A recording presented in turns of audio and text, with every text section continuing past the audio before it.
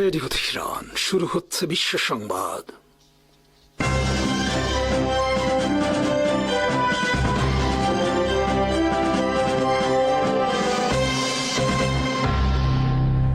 শুরুতেই সংবাদ শিরোনাম।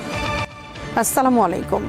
ইরানে যুক্তরাষ্ট্রের হামলা আসন্ন, ওয়াশিংটনের বিরুদ্ধে শক্ত অবস্থান রিয়াদ ও আবুধাবির। ইরানের প্রেসিডেন্টকে ফোনে সমর্থন সৌদি যুবরাজের। 4 মাসের মাথায় দ্বিতীয়বার মস্কো সফর সিরিয়ার প্রেসিডেন্টের। মহারাষ্ট্রের উপমুখ্যমন্ত্রীর বিমান দুর্ঘটনায় নিহতের পেছনে নাশকতার অভিযোগ পশ্চিমবঙ্গের মুখ্যমন্ত্রী মমতা ব্যানার্জির। ইরানে যে কোনো সময় হামলা চালাতে পারে যুক্তরাষ্ট্র। সর্বশেষ বুধবার ইরানের বিরুদ্ধে হামলা চালানোর কঠোর হুঁশিয়ারি উচ্চারণ করেছেন যুক্তরাষ্ট্রের প্রেসিডেন্ট ডোনাল্ড ট্রাম্প। ট্রাম্প ইরানের উদ্দেশ্যে বলেছেন, হয় আমাদের সাথে চুক্তি করো, নয়তো হামলা মোকাবেলা করো। অপরদিকে ইরানে যুক্তরাষ্ট্রের সম্ভাব্য হামলার বিরুদ্ধে শক্ত অবস্থান নিয়েছে সৌদি আরব ও সংযুক্ত আরব আমিরাত। মঙ্গলবার সৌদি যুবরাজ ও দেশটির মূল শাসক মোহাম্মদ বিন সালমান টেলিফোনে কথা বলেছেন ইরানের প্রেসিডেন্ট মাসুদ পেজেশকিয়ানের সাথে। সৌদি যুবরাজ এই সময় ইরানের নেতাকে বলেছেন, ইরানে আক্রমণের ক্ষেত্রে সৌদি আরবের আকাশ, ভূমি ও সমুদ্র ব্যবহার করতে দেবে না যুক্তরাষ্ট্রকে। এর আগে সোমবার সংযুক্ত আরব আমিরাত এক বিবৃতিতে একই সিদ্ধান্তের কথা জানিয়েছে। বুধবার ট্রাম্প তার ব্যক্তিগত সামাজিক যোগাযোগ মাধ্যম ট্রুথ সোশ্যালে দেয়া এক পোস্টে ইরানের উদ্দেশ্যে বলেন, সময় দ্রুত ফুরিয়ে যাচ্ছে, পারমাণবিক ইস্যুতে দ্রুত আলোচনার টেবিলে আসো। তোমাদেরকে পারমাণবিক অস্ত্র নির্মাণ করতে দেয়া হবে না, এটা নিশ্চিত থাকো। এ বিষয়ে যত দ্রুত তোমরা আমাদের সাথে চুক্তি করবে, ততই তোমাদের জন্য ভালো। ট্রাম্প বলেন, আমি আবারও আগের মতোই বলছি, make a deal with us. Trump এর আগে মধ্যপ্রাচ্যে বিমান বাহিনীর রণতরী মোতায়েনের নির্দেশ দিয়ে বলেছেন, যে কোনো পরিস্থিতিতে দ্রুত সাড়া দেওয়ার জন্য প্রস্তুত আমাদের বিশাল সামরিক বাহিনী। ট্রাম্পের হুমকির জবাবে ইরানের পররাষ্ট্রমন্ত্রী আব্বাস আরাকচি বুধবার বলেছেন, ইরানের দেশপ্রেমিক বীর সেনাবাহিনী অস্ত্রের বোতামে আঙ্গুল রেখে বসে আছে যে কোনো সময় আগ্রাসনের জবাব দেওয়ার জন্য। যুক্তরাষ্ট্র যদি আমাদের পরীক্ষা করতে চায় তাহলে হামলা করুক, কিন্তু আমরা তাদের সাথে কোনো অমর্যাদাকর চুক্তি করব না। ইরানের কর্মকর্তারা বলেছেন, আগে ইসরায়েলের পারমাণবিক বোমা ধ্বংস করা হোক এবং ইসরায়েলের পারমাণবিক বোমা তৈরির সক্ষমতা কেড়ে নেওয়া হোক, তারপর আমাদেরকে পারমাণবিক বোমা না বানানোর নসিহত করতে আসো। ইসরায়েলের হাতে শতাধিক পারমাণবিক বোমা রেখে ইরানকে এই বোমা না বানাতে বলার ভণ্ডামি পরিত্যাগের আহ্বান জানিয়েছে ইরান। 2015 সালে ইরান যুক্তরাষ্ট্র, ব্রিটেন, ফ্রান্স, চীন, জার্মানি সহ 6 জাতির সাথে পারমাণবিক নিরস্ত্রীকরণ চুক্তি করেছিল। এই চুক্তিতে শর্ত ছিল, ইরানের পারমাণবিক গবেষণাগারের সব কার্যক্রম ক্যামেরার সামনে হতে হবে এবং জাতিসংঘের নেতৃত্বে কর্মকর্তারা পরিদর্শন করতে পারবে এই গবেষণা কার্যক্রম ও পারমাণবিক স্থাপনা। চুক্তির শর্ত অনুযায়ী ইরানের সব পারমাণবিক স্থাপনার মধ্যে বসানো হয় ক্যামেরা। বিনিময়ে ইরানের উপর থেকে সব ধরনের নিষেধাজ্ঞা তুলে নেওয়া হয়। কিন্তু 2018 সালে ট্রাম্প প্রশাসন আকস্মিক একতরফাভাবে এই চুক্তি বাতিল করে। এর কারণ ছিল ইসরায়েল শুরু থেকেই এই চুক্তির বিরুদ্ধে ছিল। চুক্তি করার পর তারা যুক্তরাষ্ট্রের পেছনে লেগে থাকে চুক্তি বাতিলের জন্য। ইসরায়েল অভিযোগ করে, চুক্তির মাধ্যমে ইরানের ওপর থেকে নিষেধাজ্ঞা তুলে নেয় ইরান তেল বিক্রি করে অর্থনৈতিকভাবে একটি শক্তিশালী দেশে পরিণত হচ্ছে। অপরদিকে গোপনে ইরান ঠিকই পারমাণবিক বোমা নির্মাণের কার্যক্রম চালিয়ে যাচ্ছে। ইসরায়েল যুক্তরাষ্ট্রকে বোঝাতে সক্ষম হয় অর্থনৈতিকভাবে শক্তিশালী ইরান ইসরায়েলের নিরাপত্তার জন্য হুমকি। ফলে জায়নবাদী ইসরায়েলের একান্ত অনুগত যুক্তরাষ্ট্রের প্রেসিডেন্ট ডোনাল্ড ট্রাম্প ও তার প্রশাসন ইসরায়েলের কথা মতো 2018 সালে 6 জাতি চুক্তি বাতিল করে ইরানের বিরুদ্ধে ইতিহাসের কঠোর নিষেধাজ্ঞা আরোপ করে। ফলে অর্থনৈতিক সহ সার্বিক দিক দিয়ে ইরান অমানবিক পরিস্থিতির মুখোমুখি হয়। গত বছর জুন মাসে ইরান ইসরায়েল যুদ্ধে ইসরায়েলের পক্ষে যোগ দেয় যুক্তরাষ্ট্র তাদের 12টি B-2 স্পিরিট বোমারু বিমানের সাহায্যে 24টি বাংকার বাস্টার বোমা হামলা চালায় ইরানের পারমাণবিক গবেষণা স্থাপনার উপর। ডোনাল্ড ট্রাম্প দাবি করেন, ইরান আর সহজে পারমাণবিক গবেষণা কার্যক্রম শুরু করতে পারবে না। কিন্তু ইসরায়েল দাবি করে, ইরানের পারমাণবিক গবেষণা সক্ষমতা ধ্বংস হয়নি এবং তারা এখনও পারমাণবিক বোমা বানাতে সক্ষম। ইসরায়েল আবার যুক্তরাষ্ট্রের পেছনে লবিং শুরু করে ইরানে হামলার লক্ষ্যে। এবার ইসরায়েলের লক্ষ্য ইরানকে হামাস এবং হিজবুল্লাহর মতো ধ্বংস করা। যুক্তরাষ্ট্র ও ইরান অনেকবার সর্বোচ্চ পর্যায় থেকে স্পষ্ট করে জানিয়েছে ইরানকে কোনো অবস্থাতেই পারমাণবিক বোমা বানাতে দেওয়া হবে না। তারা যদি জানতে পারে ইরানে কাজ করছে তাহলে তারা ইরানে হামলা চালাবে। বুধবার ট্রাম্প বলেছেন এবার ইরানে হামলা হবে আগের চেয়েও ভয়াবহ। ইরান বলে আসছে তারা পারমাণবিক বোমা নির্মাণের বিরুদ্ধে এবং তাদের পারমাণবিক গবেষণা কার্যক্রম, বিদ্যুৎ উৎপাদন সহ বেসামরিক কাজের লক্ষ্যে। কিন্তু ইসরায়েল ও যুক্তরাষ্ট্র বলে আসছে ইরান চাইলে 6 মাসের মধ্যে পারমাণবিক বোমা বানাতে পারে। তাদের এই সক্ষমতা ধ্বংস করতে হবে ইসরায়েলের নিরাপত্তার স্বার্থে। বুধবার ভারতে বিমান দুর্ঘটনায় নিহত হয়েছেন মহারাষ্ট্রের উপমুখ্যমন্ত্রী অজিত পাওয়ার। তার এই মৃত্যু নিছক বিমান দুর্ঘটনা নাকি পরিকল্পিত হত্যাকাণ্ড তা নিয়ে গোটা ভারতে শুরু হয়েছে বিতর্ক। পশ্চিমবঙ্গের মুখ্যমন্ত্রী মমতা ব্যানার্জি একে পরিকল্পিত হত্যাকাণ্ড বলে সন্দেহ প্রকাশ করেছেন। নিহত অজিত পাওয়ার ভারতের বর্ষিয়ান রাজনীতিবিদ শরদ পাওয়ারের ভাতিজা। 2024 সালে লোকসভা নির্বাচনের আগে চাচা ভাতিজার তীব্র বিরোধ সৃষ্টি হয়, কারণ অজিত পাওয়ার তার চাচার দল এনসিপি ত্যাগ করে বিজেপির সাথে জোটবদ্ধ হন। শরদ পাওয়ারের দলের সব প্রভাবশালী নেতৃবৃন্দ অজিতের সাথে যোগ দেন, ফলে এনসিপি 2 ভাগে বিভক্ত হয় এবং অজিতের নেতৃত্বের এনসিপি পরিণত হয় মূল দলে। শরদ পাওয়ারের নেতৃত্বের এনসিপি হয়ে যায় ব্র্যাকেটবন্দি। নির্বাচনের প্রতীক ঘড়িও চলে যায় অজিতের এনসিপিতে, কিন্তু মার্কা হারিয়েও 2024 সালের লোকসভা নির্বাচনে শরদ পাওয়ারের নেতৃত্বে থাকা ব্র্যাকেটবন্দি এনসিপি 8টি আসন লাভ করে এবং অজিতের এনসিপি মাত্র 1টি আসনে জয়লাভ করে। এরপর বিজেপি ও সংঘ পরিবারে শুরু হয় অজিতের এনসিপি নিয়ে কানাঘোষা। তবে 6 মাসের মাথায় আকস্মিক আবার রাজ্যসভা নির্বাচনে ব্যাপক আসনে জয়লাভ করে অজিতের এনসিপি। অজিতের এনসিপি পায় 41টি আসন এবং শরদ পাওয়ারের এনসিপি পায় 10টি আসন। বুধবার অজিত পাওয়ার বোম্বে বা মুম্বাই থেকে মহারাষ্ট্রের বারামতিতে যাচ্ছিলেন একটি রাজনৈতিক জনসভায় ভাষণ দিতে, কিন্তু বিমানটি অবতরণের সময় বিধ্বস্ত হয় এবং নিহত হন বিমানে থাকা পাইলট সহ 5 যাত্রীর সবাই। প্রকাশিত প্রতিবেদনে বলা হয়েছে বিমানে কোনো কারিগরি ত্রুটি শনাক্ত করা যায়নি। তাহলে কেন, কিভাবে বিমানটি বিধ্বস্ত হলো তা নিয়ে প্রশ্ন দেখা দিয়েছে। পশ্চিমবঙ্গের মুখ্যমন্ত্রী মমতা ব্যানার্জি দুর্ঘটনার তদন্ত দাবি করে বলেছেন এই ঘটনার সাথে রাজনীতি জড়িত থাকতে পারে। জবাবে এনসিপির প্রতিষ্ঠাতা শরদ পাওয়ার বলেছেন এটা নিছক দুর্ঘটনা, এর সাথে কোনো রাজনীতি নেই এবং তার ভাতিজার মৃত্যু নিয়ে তিনি রাজনীতি না করার অনুরোধ জানান মমতা ব্যানার্জির প্রতি। এদিকে ভারতে কোনো অবস্থাতেই থামছে না বিমান দুর্ঘটনা। একের পর এক সামরিক ও বেসামরিক বিমান দুর্ঘটনা দেখতে দেখতে দেশের অনেক মানুষ ট্রমায় আক্রান্ত হয়েছেন। সিরিয়ায় আবার মাথাচাড়া দিয়ে উঠেছে কুর্দি বিচ্ছিন্নতাবাদীরা। এর পেছনে যুক্তরাষ্ট্রের হাত রয়েছে বলে মনে করেন অনেক বিশ্লেষক। তবে কুর্দি বাহিনীর অভিযোগ যুক্তরাষ্ট্র তাদের সাথে বিশ্বাসঘাতকতা করেছে। দীর্ঘ 1 দশক যুক্তরাষ্ট্রের প্রশ্রয়ে ছিল কুর্দি বাহিনী এসডিএফ, কিন্তু গত বছর বাশার আল আসাদের পতনের পর সিরিয়ায় বিদ্রোহী বাহিনী নেতা আহমেদ আল শারার সরকারের প্রতি সমর্থন দেয় যুক্তরাষ্ট্র। তবে গত 1 মাসের বেশি সময় ধরে কুর্দি বাহিনী এসডিএফ সিরিয়ার বিভিন্ন এলাকায় বড় ধরনের যুদ্ধ শুরু করেছে। এই পরিস্থিতি সিরিয়ার প্রেসিডেন্ট আহমেদ আল শারা বুধবার মস্কো সফর করেছেন। মস্কোয় তিনি বৈঠক করেছেন রাশিয়ার প্রেসিডেন্ট ভ্লাদিমির পুতিনের সাথে।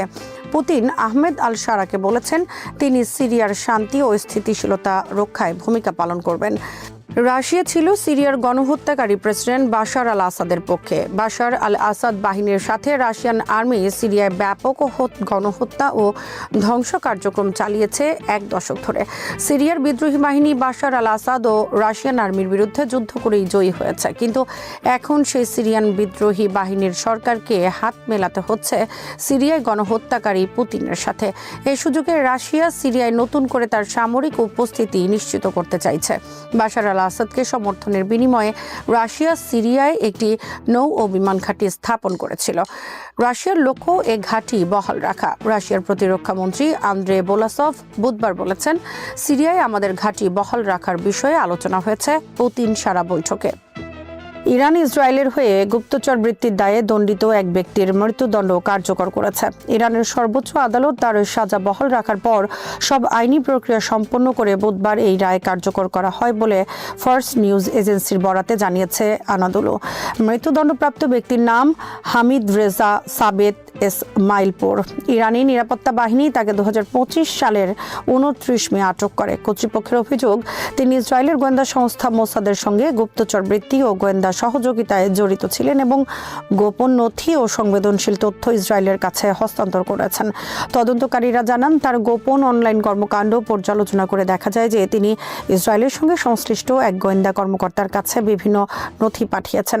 এছাড়া তার বিরুদ্ধে আরও অভিযোগ আনা হয় যে তিনি ইসরায়েলের পক্ষে গোয়েন্দা ও অপারেশনাল কর্মকাণ্ড পরিচালনা করেছেন। এর মধ্যে ছিল এক গোয়েন্দা কর্মকর্তার জন্য বিভিন্ন সরঞ্জাম কেনা এবং ইস্পাহান ও লোরেস্তান প্রদেশে যানবাহন স্থানান্তরের মাধ্যমে প্রতিরক্ষা মন্ত্রণালয়ের ক্ষেপণাস্ত্র স্থাপনায় নাশকতামূলক হামলার প্রস্তুতি নেয়া। ইরানি কর্মকর্তারা এই পরিকল্পনাকে একটি বড় ধরনের অপারেশন হিসেবে বর্ণনা করেছেন, যা গোয়েন্দা মন্ত্রণালয়ের এজেন্টরা সময় মতো শনাক্ত করে ব্যর্থ করে দেয়। এদিকে দেশটিতে চলমান অস্থিরতার প্রেক্ষাপটে ইরানি কর্তৃপক্ষ সাম্প্রতিক সময়ে ইন্টারনেট ব্ল্যাকআউট আরোপ করে। স্থানীয় মুদ্রার তীব্র অবমূল্যায়ন ও অর্থনৈতিক সংকটের কারণে গত মাস থেকে দেশজুড়ে সরকার বিরোধী বিক্ষোভ শুরু হয়। প্রথমে তেহরানে এই আন্দোলন শুরু হলেও পরে তা বিভিন্ন শহরে ছড়িয়ে পড়ে। পরিস্থিতি নিয়ে প্রেসিডেন্ট মাসুদ পেজেশকিয়ান জনরোষের কথা স্বীকার করেছেন এবং দেশের অর্থনৈতিক ও সামাজিক অবস্থার উন্নয়নে কাজ করার অঙ্গীকার করেছেন। মার্কিন যুক্তরাষ্ট্র যদি আবারও ইরানের বিরুদ্ধে যুদ্ধ শুরু করে তবে তা হবে সম্পূর্ণ ভুল সিদ্ধান্ত, এমন সতর্ক বার্তা দিয়েছেন তুরস্কের পররাষ্ট্রমন্ত্রী হাকান ফিদান। বার্তা সংস্থা আনাদোলুর বরাতে আল জাজিরাকে দেয়া এক সাক্ষাৎকারে তিনি বলেন, ওয়াশিংটন ও তেহরানের উচিত সামরিক পথ পরিহার করে কূটনৈতিক আলোচনার মাধ্যমে বিরোধ নিষ্পত্তি করা। মধ্যপ্রাচ্যে যুক্তরাষ্ট্র যখন ইরানকে ঘিরে সামরিক উপস্থিতি বাড়াচ্ছে এবং উত্তেজনা তীব্রতর হচ্ছে, তখন ফিদান আঞ্চলিক সহযোগিতার উপর বিশেষ গুরুত্ব দেন। তিনি স্পষ্ট ভাষায় বলেন, আবার যুদ্ধ শুরু করা ভুল। যুক্তরাষ্ট্র ও ইরানের মধ্যে কড়া বক্তব্য ও পাল্টে হুমকি সত্ত্বেও ফিদান মনে করেন কূটনৈতিক সমাধানের সুযোগ এখনও বিদ্যমান। তার মতে ইরান আবারও পারমাণবিক ইস্যুতে আলোচনায় বসতে প্রস্তুত। এ প্রসঙ্গে তিনি বলেন, ইরান পারমাণবিক ফাইল নিয়ে পুনরায় আলোচনা করতে রাজি। একই সঙ্গে তিনি মার্কিন নীতি নির্ধারকদের উদ্দেশ্যে পরামর্শ দেন, ইরানের সঙ্গে সব বিষয় একসঙ্গে সমাধান করতে না গিয়ে ধাপে ধাপে অগ্রসর হওয়া উচিত।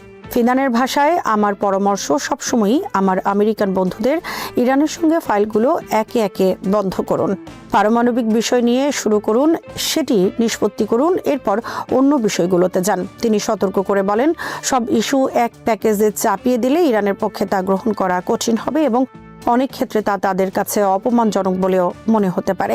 এতে শুধু ইরানি জনগণ নয়, দেশটির নেতৃত্বের কাছেও বিষয়টি ব্যাখ্যা করা কঠিন হয়ে উঠবে। তিনি আরও বলেন, ইরান আঞ্চলিক ব্যবস্থায় একটি নিখুঁত জায়গা দখল করতে পারে, তবে তার জন্য প্রতিবেশী দেশগুলোর সঙ্গে আস্থা গড়ে তোলা জরুরি। ফিদানের মতে, ইরানিদের অঞ্চলটিতে বিশ্বাসযোগ্যতা তৈরি করতে হবে এবং অন্য দেশগুলো তাদের কিভাবে দেখে সে বিষয়ে সচেতন থাকতে হবে। শেষ পর্যন্ত তিনি জোর দিয়ে বলেন, মতাদর্শ ও ধর্মীয় বিভাজন থাকা সত্ত্বেও অঞ্চলটির দেশগুলোর উচিত জাতি রাষ্ট্র ব্যবস্থার ভেতরে থেকে পারস্পরিক সহযোগিতা জোরদার করা।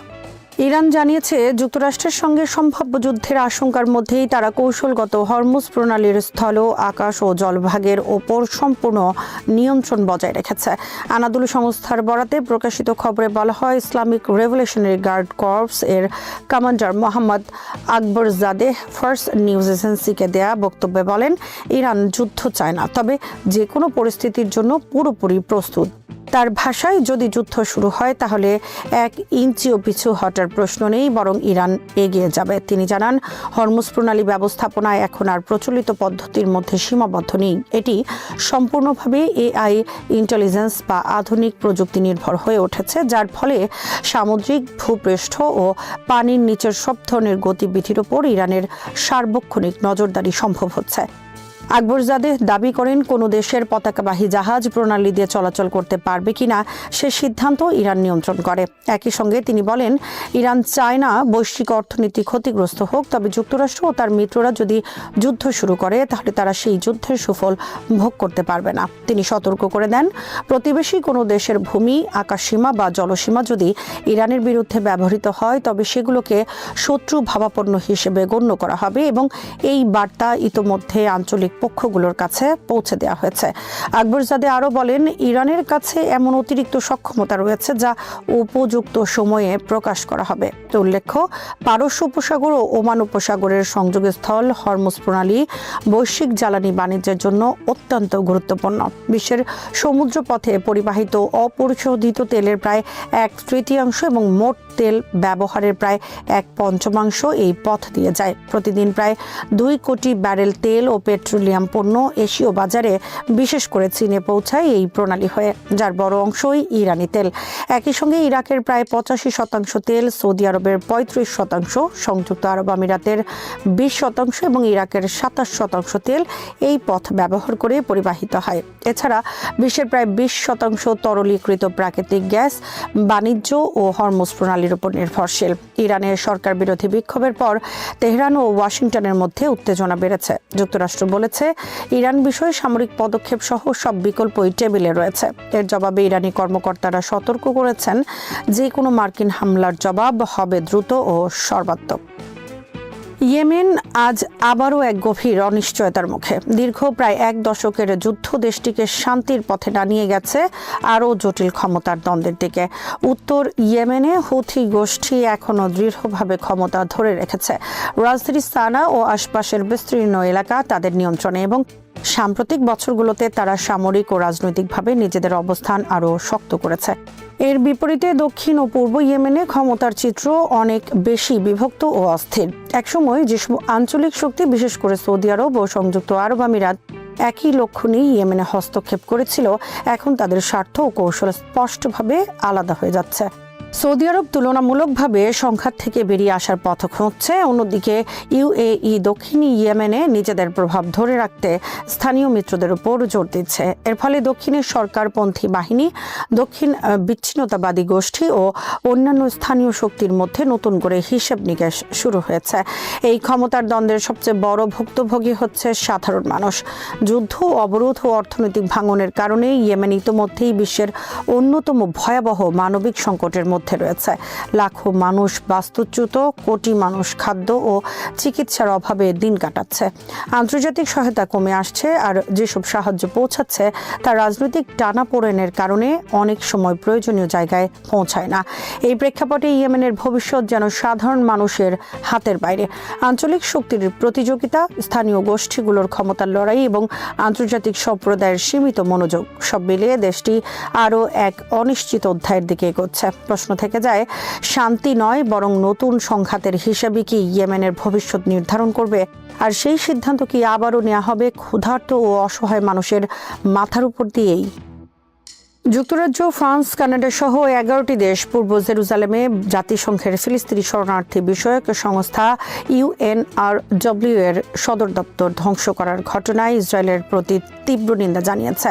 বুধবার এক যৌথ বিবৃতিতে Belgium, Canada, Denmark, France, Iceland, Ireland, Japan, Norway, Portugal, Spain ও যুক্তরাজ্যের পররাষ্ট্রমন্ত্রীরা এই পদক্ষেপকে একটি জাতিসংঘ সংস্থার বিরুদ্ধে অভূতপূর্ব আক্রমণ বলে আখ্যা দেন এবং বলেন, এটি UNRW এর কাজকে দুর্বল করার সর্বশেষ অগ্রহণযোগ্য উদ্যোগ। তারা জাতিসংঘের সদস্য রাষ্ট্র হিসেবে ইসরায়েলের প্রতি সব ধরনের ধ্বংসযজ্ঞ বন্ধ করার আহ্বান জানান। গাজায় ফিলিস্তিনিদের বিরুদ্ধে চলমান গণহত্যামূলক যুদ্ধের প্রেক্ষাপটে ইসরায়েল UNRW এর ওপর চাপ বাড়িয়েছে। যদিও কোনো প্রমাণ ছাড়াই ইসরায়েল ও তার মিত্ররা সংস্থাটির সঙ্গে হামাসের সম্পৃক্ততার অভিযোগ তুলেছে, যা জাতিসংঘ প্রত্যাখ্যান করেছে। মানবিক নেতারা বারবার বলেছেন, খাদ্য, পানি, ওষুধ সহ জরুরি সহায়তা বিতরণে UNRWA এর সবচেয়ে কার্যকর সংস্থা। 2024 সালের শেষ দিকে ইসরায়েলের পার্লামেন্ট ইসরায়েল নিয়ন্ত্রিত এলাকায় UNRWA-র কার্যক্রম নিষিদ্ধ করে আইন পাশ করে এবং 2025 সালের ডিসেম্বরে তা আরও কঠোর করা হয়, যা জাতিসংঘ মহাসচিব অ্যান্তনিও গুতেরেসের নিন্দা করায়। গত সপ্তাহে ইসরায়েলি বাহিনীর সংসদ সদস্যদের উপস্থিতিতে পূর্ব জেরুজালেমে UNRWA-র কার্যালয়ে ঢুকে ভবন ভাঙচুর শুরু করে। UNRWA প্রধান ফিলিপ লাজারিনি বলেন, এটি জাতিসংঘের স্থাপনার অখণ্ডতার উপর সরাসরি আঘাত এবং আন্তর্জাতিক আইন লঙ্ঘন। তিনি স্মরণ করিয়ে দেন, আন্তর্জাতিক বিচার আদালত 2025 সালের অক্টোবরের রায়ে ইসরায়েলকে আনরুয়ার কার্যক্রম সহজতর করার বাধ্যবাধকতা আরোপ করেছিল। 11 দেশের বিবৃতিতে গাজায় মানবিক সহায়তা প্রবেশের আহ্বানও জানানো হয়। সেখানে 2023 সালের অক্টোবর থেকে ইসরায়েলি হামলায় অন্তত 71,660 জন ফিলিস্তিনি নিহত হয়েছে। যুদ্ধবিরতির পরও ইসরায়েল প্রতিদিন 600 ট্রাক সহায়তা প্রবেশের অঙ্গীকার মানেনি। এ সময় আরও অন্তত 492 জন ফিলিস্তিনি নিহত হয়েছেন। ইরান ও সৌদি আরবের শীর্ষ নেতৃত্বের সাম্প্রতিক ফোনালাপটি মধ্যপ্রাচ্যের বর্তমান ভূরাজনৈতিক বাস্তবতার এক ঘনীভূত প্রতিচ্ছবি। একদিকে যুক্তরাষ্ট্রের সামরিক উপস্থিতি বৃদ্ধি, অন্যদিকে ইরানের অভ্যন্তরীণ অস্থিরতা, তৃতীয় পক্ষ হিসেবে ইসরায়েলের আক্রমণাত্মক ভূমিকা। এই ত্রিমুখী চাপের ভেতরে দাঁড়িয়ে রিয়াদ ও তেহরানের পারস্পরিক বার্তা কেবল কূটনৈতিক সৌজন্য নয়, বরং একটি বৃহত্তর আঞ্চলিক সমীকরণের ইঙ্গিত বহন করে। ইরানের প্রেসিডেন্ট মাসুদ পেজিশকিয়ান যখন সৌদি ক্রাউন প্রিন্স মোহাম্মদ বিন সালমানকে বলেন যে মার্কিন হুমকি আঞ্চলিক নিরাপত্তা বিঘ্নিত করছে এবং অস্থিরতা ছাড়া কিছুই বয়ে আনছে না, তখন সেটি ছিল কেবল ওয়াশিংটনের উদ্দেশ্যে একটি নিন্দা নয়, বরং উপসাগরীয় প্রতিবেশীদের আশ্বস্ত করার কৌশলী প্রচেষ্টা। একই সঙ্গে সৌদি আরবের পক্ষ থেকে স্পষ্ট করে বলা, তাদের আকাশসীমা বা ভূখণ্ড ইরানের বিরুদ্ধে কোনো সামরিক পদক্ষেপে ব্যবহৃত হবে না। মধ্যপ্রাচ্যের শক্তির ভারসাম্যে একটি গুরুত্বপূর্ণ ঘোষণার মতো শোনায়। এই ফোনালাপের পটভূমি বোঝার জন্য বর্তমান পরিস্থিতির বিস্তৃত প্রেক্ষাপটটি জরুরি। যুক্তরাষ্ট্রের একটি বিমানবাহী রণতরী USS আব্রাহাম লিঙ্কন এই অঞ্চলে মোতায়েন করা হয়েছে এমন সময়ে যখন ইরানের সরকার বিরোধী বিক্ষোভ দমনকে কেন্দ্র করে হাজারো প্রাণহানির অভিযোগ উঠেছে এবং প্রেসিডেন্ট ডোনাল্ড ট্রাম্প প্রকাশ্যে তেহরানকে হুমকি দিচ্ছেন। ট্রাম্পের বক্তব্যে আর্মার্ডা শব্দটির ব্যবহার কেবল অভ্যন্তরীণ রাজনৈতিক ভাষ্য নয়, বরং ইরানের ওপর মানসিক ও কৌশলগত চাপ সৃষ্টির একটি পুরনো কৌশলের পুনরাবৃত্তি। 2025 সালে জুনে ইসরায়েলের নেতৃত্বে শুরু হওয়া ও পরবর্তী মার্কিন বোমা বর্ষণের স্মৃতি এখনও তাজা, যখন মাত্র 12 দিনের যুদ্ধে ইরানের সামরিক ও পারমাণবিক অবকাঠামোর গুরুত্বপূর্ণ অংশ লক্ষ্যবস্তু করা হয়েছিল। সেই যুদ্ধের প্রাক্কালে ইরান যুক্তরাষ্ট্র আলোচনার যে সম্ভাবনা ছিল তা কার্যত ধ্বংস হয়ে যায়। এই প্রেক্ষাপটে সৌদি আরবের অবস্থান বিশেষভাবে তাৎপর্যপূর্ণ, কারণ ঐতিহাসিকভাবে রিয়াদ ও তেহরান ছিল আঞ্চলিক প্রতিদ্বন্দ্বী, যাদের শত্রুতা বহু সংঘাতকে উস্কে দিয়েছে। গত কয়েক বছরে ইরান সৌদি সম্পর্কের নাটকীয় রূপান্তর ঘটেছে। চীনের মধ্যস্থতায় কূটনৈতিক সম্পর্ক পুনঃস্থাপন, ইয়েমেন যুদ্ধের উত্তেজনা কমানোর প্রচেষ্টা এবং উপসাগরীয় নিরাপত্তা নিয়ে পরস্পরের সঙ্গে সংলাপ, এই সব কিছুই ইঙ্গিত দেয় যে দুই দেশই সরাসরি সংঘাত এড়াতে আগ্রহী। পেজিশকিয়ানের বক্তব্যে আঞ্চলিক অস্থিরতা কারো উপকারে আসে না, এই বাক্যটি আসলে সেই নতুন বাস্তবতার স্বীকৃতি যেখানে ইরান বুঝতে পেরেছে যে একাকী প্রতিরোধের রাজনীতি তাকে আরও কোণঠাসা করতে পারে, আর সৌদি আরব উপলব্ধি করেছে যে স্থায়ী শত্রুতা তাদের উন্নয়ন ও বিনিয়োগ কেন্দ্রিক ভবিষ্যৎ পরিকল্পনার সঙ্গে সাংঘর্ষিক। সৌদি ক্রাউন প্রিন্সের বক্তব্যে ইসলামী দেশগুলোর সংহতির উপর জোর দেওয়া এবং ইরানের বিরুদ্ধে যে কোনো আগ্রাসন প্রত্যাখ্যান করার কথা বলা ছিল নিছক কূটনৈতিক সৌজন্য নয়। এটি একদিকে যুক্তরাষ্ট্রকে একটি সীমারেখা টেনে দেওয়া, অন্যদিকে ইরানকে একটি আস্থার বার্তা। সৌদি আরব বহু দশক ধরে মার্কিন নিরাপত্তা ছাতার উপর নির্ভরশীল, কিন্তু সাম্প্রতিক বছরগুলোতে রিয়াদ ধীরে ধীরে বহুমুখী পররাষ্ট্রনীতির দিকে এগোচ্ছে। চীনের সঙ্গে ঘনিষ্ঠতা, রাশিয়ার সঙ্গে সমন্বয় এবং আঞ্চলিক প্রতিবেশীদের সঙ্গে সংঘাত কমানোর চেষ্টা, এই সবই সৌদি আরবের কৌশলগত স্বায়ত্তশাসনের লক্ষণ। ইরানের বিরুদ্ধে তাদের আকাশসীমা ব্যবহার না করার ঘোষণা এই পরিবর্তিত অবস্থানের প্রতিফলন, যা ওয়াশিংটনের জন্য একটি বার্তা যে রিয়াদ আর নিঃশর্তভাবে সব সামরিক উদ্যোগে অংশীদার হতে রাজি নয়। ইরানের দিক থেকে দেখলে পেজেশকিয়ানের বক্তব্যে অর্থনৈতিক চাপ ও বাহ্যিক হস্তক্ষেপের বিষয়টি একটি পরিচিত বয়ান। ইরানের নেতৃত্ব দীর্ঘদিন ধরে দাবি করে আসছে যে নিষেধাজ্ঞা ও রাজনৈতিক চাপ তাদের জনগণের স্থিতিস্থাপকতা ও সচেতনতা নষ্ট করতে পারেনি। তবে বাস্তবে এই বয়ান অভ্যন্তরীণ বৈধতা রক্ষার একটি গুরুত্বপূর্ণ উপাদান। সাম্প্রতিক বিক্ষোভ ও প্রাণহানির অভিযোগ আন্তর্জাতিকভাবে ইরানকে চাপে ফেলেছে, আর যুক্তরাষ্ট্র এই পরিস্থিতিকে কাজে লাগিয়ে কূটনৈতিক ও সামরিক হুমকি জোরদার করছে। এই প্রেক্ষাপটে সৌদি আরবের মতো আঞ্চলিক শক্তির সমর্থন বা অন্তত নিরপেক্ষতা ইরানের জন্য অত্যন্ত মূল্যবান। ট্রাম্পের বক্তব্য ও মার্কিন সামরিক পদক্ষেপের ধারাবাহিকতা ইরানকে একটি পরিচিত দ্বিধার সামনে দাঁড় করিয়েছে। একদিকে চাপের মুখে সমঝোতা করলে অভ্যন্তরীণভাবে দুর্বলতার বার্তা যেতে পারে, অন্যদিকে কঠোর অবস্থান বজায় রাখলে সামরিক সংঘাতের ঝুঁকি বাড়ে। ইন্টারন্যাশনাল ক্রাইসিস গ্রুপের আলী ভায়েদ যেমন বলেছেন, ইরানের দৃষ্টিতে চাপের মুখে আপোষ চাপ কমায় না, বরং তা বাড়ায়।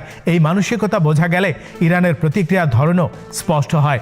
তারা মনে করে যে প্রতিরোধী একমাত্র পথ, যা শেষ পর্যন্ত প্রতিপক্ষকে সংলাপে আসতে বাধ্য করে। তবে এই প্রতিরোধের মূল্য যে আঞ্চলিক অস্থিরতা ও অর্থনৈতিক ক্ষতি, তা ইরানও অস্বীকার করে না, বরং সেটাকে অপরিহার্য ত্যাগ হিসাবে উপস্থাপন করে। ইসরায়েলের ভূমিকা এই সমীকরণে একটি আলাদা মাত্রা যোগ করে। 2025 সালের হামলা দেখিয়েছে যে তেল আবিব ইরানের পারমাণবিক কর্মসূচি নিয়ে কোনো আপোষের পথে হাঁটতে রাজি নয়। যুক্তরাষ্ট্রের সঙ্গে সমন্বয়ে বা কখনো এককভাবে ইসরায়েল আঘাত হানতে প্রস্তুত, এই বার্তা তারা বারবার দিয়েছে। এর ফলে উপসাগরীয় দেশগুলো, বিশেষ করে সৌদি আরব, এক অস্বস্তিকর অবস্থানে পড়ে। একদিকে ইসরায়েলের সঙ্গে নীরব সহযোগিতা ও স্বাভাবিকীকরণের সম্ভাবনা, অন্যদিকে ইরানের সঙ্গে সরাসরি সংঘাতে জড়ানোর ঝুঁকি।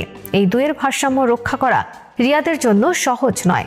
তাই সৌদি আরবের বর্তমান অবস্থানকে দেখা যায় একটি নিরপেক্ষতা হিসেবে, যেখানে তারা আঞ্চলিক যুদ্ধ এড়াতে সর্বোচ্চ চেষ্টা করছে। ইরানি বিপ্লবী গার্ড বাহিনীর সতর্ক বার্তা দিয়েছে যে যে কোনো প্রতিবেশীর ভূমি, আকাশ বা জলসীমা যদি ইরানের বিরুদ্ধে ব্যবহৃত হয়, তবে সেটিকে শত্রুতা হিসেবে দেখা হবে। এই পরিস্থিতি উত্তেজনাকে আরও বাড়িয়ে দিয়েছে। এই বক্তব্য একদিকে প্রতিবেশীদের জন্য হুঁশিয়ারি, অন্যদিকে অভ্যন্তরীণ শ্রোতাদের জন্য শক্ত অবস্থানের প্রদর্শন। সৌদি আরবের দ্রুত প্রতিক্রিয়া এবং তাদের আকাশসীমা ব্যবহারের বিষয়টি অস্বীকার করা আসলে এই হুঁশিয়ারির একটি জবাব, যা প্রমাণ করে যে রিয়াদ সংঘাতের ফাঁদে পা দিতে চায় না। এই পুরো ঘটনা প্রবাহে একটি বড় প্রশ্ন সামনে আসে। মধ্যপ্রাচ্য কি একটি নতুন আঞ্চলিক নিরাপত্তা কাঠামোর জন্ম দিচ্ছে?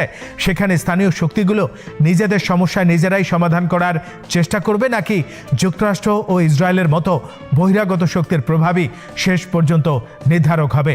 ইরান সৌদি সংলাপের সাম্প্রতিক ধারা আশাবাদ জাগালেও বাস্তবতা হলো এই অঞ্চল এখনও বহিরাগত শক্তির কৌশলগত প্রতিযোগিতার কেন্দ্রবিন্দু। তেলের বাজার, সামুদ্রিক বাণিজ্য পথ এবং পারমাণবিক বিস্তার, এই সব ইস্যুতে যুক্তরাষ্ট্রের স্বার্থ এতটাই গভীর যে তারা সহজে পিছু হটবে না। তবে একই সঙ্গে যুক্তরাষ্ট্রের অবস্থানেও এক ধরনের দ্বৈততা দেখা যায়। একদিকে ট্রাম্পের কড়া ভাষা ও সামরিক প্রদর্শন, অন্যদিকে খোলা ব্যবসা বা আলোচনার ইঙ্গিত। এই দ্বৈততা ইরানকে বিভ্রান্ত করলেও পুরোপুরি অবাক করে না, কারণ তেহরান বহু বছর ধরে এমন সংকেতের সঙ্গে অভ্যস্ত। যুক্তরাষ্ট্রের অভ্যন্তরীণ রাজনীতি, নির্বাচনী চাপ এবং মিত্রদের প্রত্যাশা, এই সব কিছুই ট্রাম্পের বক্তব্য এবং সিদ্ধান্তকে প্রভাবিত করে। ফলে ইরানের দৃষ্টিতে যুক্তরাষ্ট্রের হুমকি বাস্তব হলেও তা সবসময় অবশ্যম্ভাবী আক্রমণের অর্থ বহন করে না। এই প্রেক্ষাপটে সৌদি আরবের ভূমিকা একটি সম্ভাব্য মধ্যস্থতাকারীর দিকে ইঙ্গিত করে। যদিও রিয়াদ প্রকাশ্যে এমন কোনো দাবি করেনি, তবু তাদের অবস্থান সংলাপের পক্ষে, সার্বভৌমত্বের পক্ষে এবং সামরিক উত্তেজনার বিরুদ্ধে একটি নৈতিক ও কূটনৈতিক অবস্থান তৈরি করে। চীনের মধ্যস্থতায় ইরান সৌদির সমঝোতার অভিজ্ঞতা দেখিয়েছে যে আঞ্চলিক শক্তিগুলো চাইলে বহিরাগত ছাড়া সমস্যার সমাধান করতে পারে। প্রশ্ন হলো, বর্তমান সংকটে সেই ইচ্ছা ও সক্ষমতা কতটা কার্যকর হবে? মধ্যপ্রাচ্যের ইতিহাস বলে যে একটি ছোট্ট ভুল হিসাব, একটি ভুল বোঝাবুঝি বা একটি বিচ্ছিন্ন হামলা পুরো অঞ্চলকে যুদ্ধের দিকে ঠেলে দিতে পারে। ইরান যদি মনে করে যুক্তরাষ্ট্র বা ইসরায়েল আক্রমণ করতে যাচ্ছে, তাহলে তারা আগাম প্রতিক্রিয়া দেখাতে পারে। আবার যুক্তরাষ্ট্র যদি ইরানের কোনো পদক্ষেপকে অতিরঞ্জিত হুমকি হিসেবে দেখে, তারা শক্তি প্রদর্শনে যেতে পারে। এই ঝুঁকিপূর্ণ পরিবেশে সৌদি আরবের মতো দেশগুলোর অবস্থান অত্যন্ত গুরুত্বপূর্ণ, কারণ তাদের ভূগোল ও রাজনৈতিক প্রভাব সংঘাতের গতিপথ নির্ধারণ করতে পারে। সবশেষে পেজেশকিয়ান ও এমবিএস এর ফোনালাপটি একদিকে তাৎক্ষণিক উত্তেজনা প্রশমনের চেষ্টা, অন্যদিকে একটি দীর্ঘমেয়াদী কৌশলগত বার্তা। এটি প্রমাণ করে যে মধ্যপ্রাচ্যের রাজনীতি কেবল দ্বন্দ্ব ও শত্রুতার গল্প নয়, এখানে বাস্তবতাবাদ, স্বার্থের হিসাব এবং পরিবর্তিত প্রেক্ষাপট, নতুন জোটের সম্ভাবনাও রয়েছে। তবে এই সম্ভাবনা বাস্তবে রূপ নেবে কিনা তা নির্ভর করবে যুক্তরাষ্ট্রের পরবর্তী পদক্ষেপ, ইরানের অভ্যন্তরীণ স্থিতিশীলতা এবং ইসরায়েলের নিরাপত্তা হিসাবের ওপর। আপাতত যা স্পষ্ট তা হলো এই অঞ্চলে অস্থিরতা সত্যি কারো উপকারে আসে না, কিন্তু ইতিহাস বলে সেই উপলব্ধি বাস্তব সিদ্ধান্তে রূপ নিতে অনেক সময় লাগে, আর সেই সময়ের মধ্যেই সবচেয়ে বড় ঝুঁকি লুকিয়ে থাকে। শ্রোতা বন্ধুরা, বিশ্ব সংবাদে এই ছিল আমাদের সর্বশেষ আয়োজন। সঙ্গে থাকার জন্য আপনাদের সবাইকে অসংখ্য ধন্যবাদ।